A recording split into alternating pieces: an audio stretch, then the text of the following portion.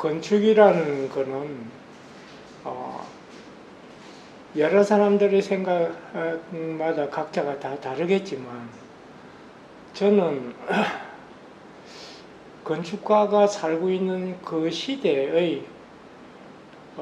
최선이라고 생각이 되는 그 의지가 뭉뚱그려진 것이 공간적으로 표현이 되는 거라고 생각을 합니다. 그래서 건축이라는 것은 공상이 될 수가 없고 또 미래가 될 수가 없다고 생각을 하는 것만큼 대단히 과학적인 것이라고 생각을 하고 있습니다. 제가 여태까지 대학에 있으면서 주로 제 전공처럼 진행이 되어 왔던 그 과제는 크게 두 가지로 나누어서 생각을 할 수가 있습니다. 하나는 우리나라의 장애인에 관한 여러 가지 건축적인 환경을 어떻게 하면 개선할 수가 있느냐라고 하는 것은 대학 초기 재임 당시에 우리가 당면하고 있었던 사회적인 그 과제가 바로 88 올림픽을 계기로 한 88 파라림픽가 장애자를 위한 올림픽을 우리가 치러야 되기 때문에 거기에 관련되는 장애인들을 위한 시설 문제가 사회적으로 크게 대두가 되기 시작을 했었고, 또 한 가지는 조금은 우리 주거 문제를 우리가 얘기를 그냥 지나갈 수가 없는데, 우리가 걸어온 이 주택 문제를 정면으로 그 과정을 올바르게 이해하려고 하는 노력은 제가 대학에 취임을 할 당시만 하더라도 상당히 연구나 학문적으로나 이런 분야가 상당히 빈약했던 게 사실이었습니다. 우리 주부가 걸어온 근대화의 과정을 올바로 알지를 못하면 현재 우리가 살고 있는 주거 공간을 올바르게 이해를 할 수가 없는 거하고 직접적으로 관여가 되기 때문에 그걸 모르게 되면 앞으로의 미래에 대한 우리의 주거 공간이, 주거 환경이 어떻게 발전할 수 있는 방향을 모색하는 데 상당히 어려움을 겪기 때문에 우리가 이 주거만큼은 그 걸어온 길을 제대로 해야만 한다는 그런 생각 때문에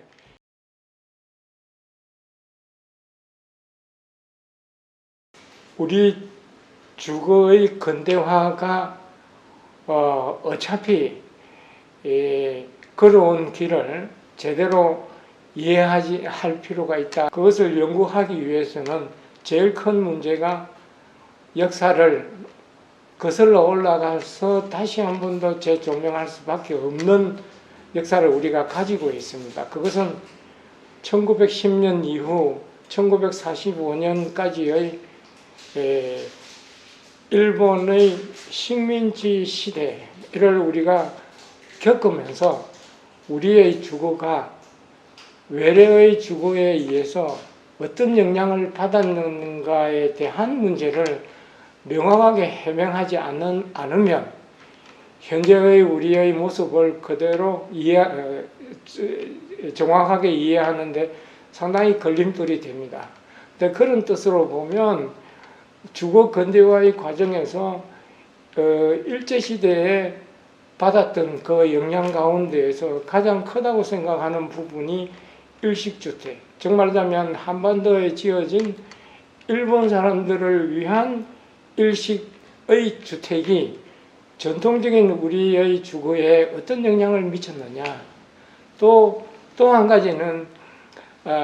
1910년 이후가 되면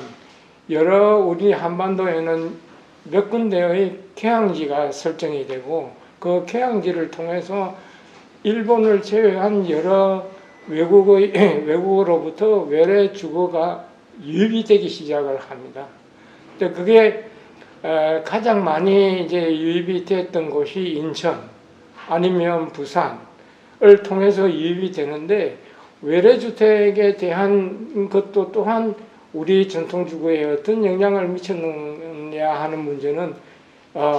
올바르게 이것도 해명이 되어야만 되는 연구의 과제이기 때문에 이 두 가지에 대한, 즉 일식주택에 대한 문제나 외래의 양식주택에 대한 문제가 정확하게 이게 규명이 되어야 될 필요가 있기 때문에 우리 주거가 어떠한 근대화의 길을 걸어왔느냐, 발전을 되어 왔느냐 하는 것을 정확하게 해명하고 이해하는 데는 상당히 어려움이 있다고 생각이 됩니다. 그래서 본인은 대학에 취임한 이후로 제일 먼저 시작을 한 일이 일제시대에 지었던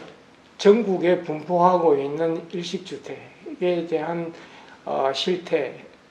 그 다음에 양식주택에 대한 실태가 어떻게 지어졌는지, 그 과정과 또 현재 어떻게 쓰여지고 있는지, 어떻게 쓰여지고 있는지에 대한 문제는 정말하면 그 양식이나 일식주택 안에 살고 있는 우리나라 사람들의 생활에 어떻게 대응을 하고 있느냐 하는 게 제가 당시에 볼 수 있었던 실태이기 때문에 그거를 이렇게 일식주택과 양식주택과 전통주택을 서로 비교를 해 가면서 그 과정이나 그 실태에 대한 특징을 연구를 해 나가면 그 기간 동안에 우리 전통주택이 주거가 어떻게 변해왔다라고 하는 얘기를 할 수가 있을 것 같습니다. 또 상당히 앞으로도 연구해야 될 과제들이 많이 남아있지만, 대표적으로 얘기를 한다면 우리 전통주거 공간에 현관이 생긴다든지, 또 우리 전통 공간에 거실이 생긴다든지, 부엌이 생긴다든지, 이 부엌 또한 입식 부엌이 생긴다든지, 또 온돌 대신에 여러 가지 이제 가구가 놓여진다든지 하는 이런 주거에 대한 변화는 일식으로부터나 양식으로부터 우리가 상당히 많이 받게 되고, 50년의 6.25 사변을 겪으면서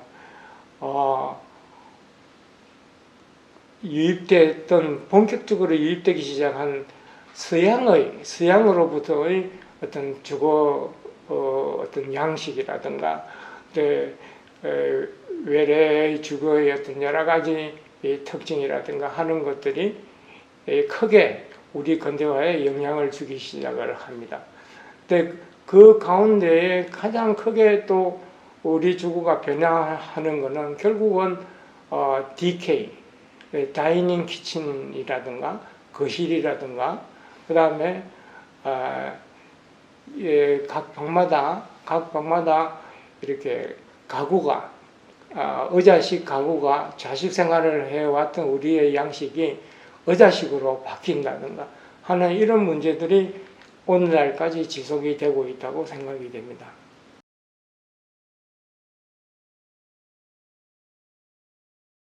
주로 대학에 재직을 하면서 제가 했던 작업 중에는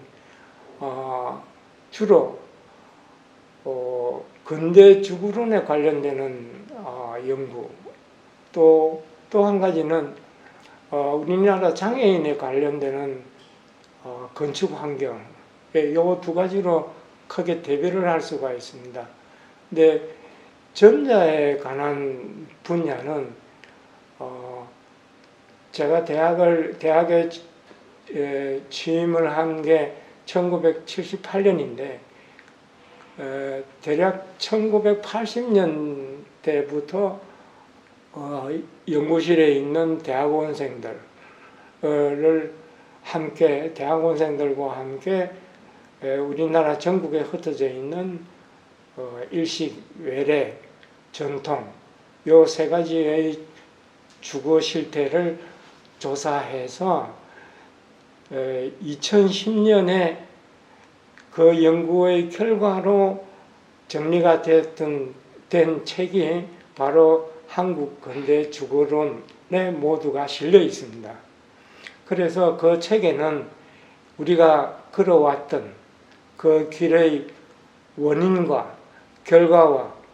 현재가 고스란히 그 책에 실려 있다고 생각이 됩니다. 그다음에 또 한 가지 이 장애인에 대한 시설 건축 환경은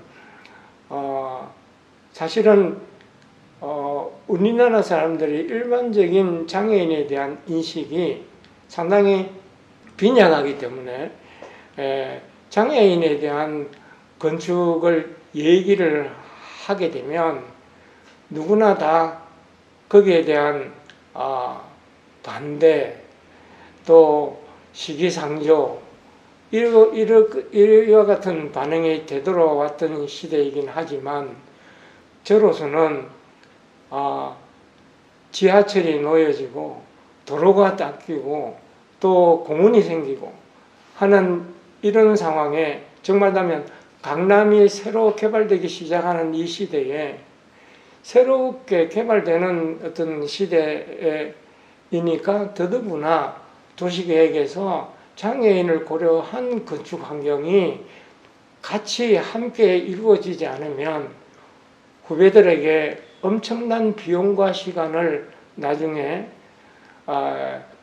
강요하게 될 거라는 그런 생각을 하게 되었을 뿐만 아니라 그거를 그렇다고 해서 무작정 스웨덴이나 미국이나 일본이나 이런 나라들의 를 그대로 모방을 해서 어마어마한 그 예산을 사용하게 한다든가 하는 것도 쉽게 할 수 없는 일이, 해서도 안 되는 일이기 때문에 우리 현실에 맞는 점차적으로 우리가 개발해 나가야 된다고 생각이 됐던 장애자를 위한 건축 환경을 그 당시에는 사회적으로도 그러한 욕구가 있었고 아까도 말씀드린 바와 같이 파라림픽을 계기로 해서 거기에 대한 사회적인 인식이 상당히 향상되어 지금은 어디를 가나 상당히 눈에 띄도록 휠체어나 또 시각장애인이나 이런 사람들을 위한 여러 가지 편의시설, 환경 이런 것들이 눈에 일반인들에게도 쉽게 우리가 바라볼 수가 있지만 그렇다고 해서 그것들이 다 정확하게 올바르게 장애인들에게 이용이 되고 있다라고 생각하는 것은 큰 실수라고 생각을 합니다. 그거는 왜냐하면 일반인들의 시각에서 설치하기 때문에 막상 설치한 것이 제2의 장애를 이렇게 초래하는 그런 결과가 우리 주변에는 아직까지도 대단히 많다고 생각이 됩니다. 그거는 지하철을 타는 어떤 그런 옥에 설치되어 있는 엘리베이터라든지 장애인들의 화장실이라든지 근데 이런 각종 여러 가지 종류의 어떤 환경을 만드는 시설물들을 쳐다보면 앞으로는 좀 더 여기에 대해서 신중하게 또 깊이 고려해야 될 문제점이 많다고 생각이 됩니다.